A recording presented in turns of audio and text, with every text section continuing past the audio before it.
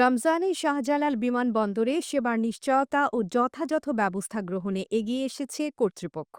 রমজান মাসে ইফতার ও সাহরির সময় ঢাকার শাহজালাল আন্তর্জাতিক বিমানবন্দরে সব ধরনের সেবা অব্যাহত রাখার নির্দেশনা দিয়েছেন তারা।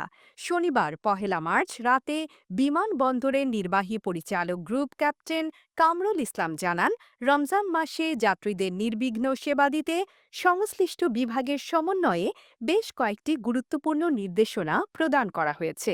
এতে উল্লেখ করা হয়েছে, ইফতার ও সেহরির সময় কোনো সেবা বন্ধ রাখা যাবে না। যাত্রীদের সুবিধার্থে বিমানবন্দরের সব গেট খোলা রাখার পাশাপাশি নিরাপত্তা কর্মীদের উপস্থিতি নিশ্চিত করা হবে। এছাড়া বিমানবন্দরের পরিচ্ছন্নতা বজায় রাখার উপরও বিশেষ গুরুত্ব দেওয়া হয়েছে, বিশেষ করে ইফতার ও সাহরির সময়। নির্বাহী পরিচালক আরও জানান, জরুরি পরিষেবাগুলো সচল রাখতে কর্মীদের জন্য প্রয়োজনীয় ব্যবস্থা নেওয়া হবে।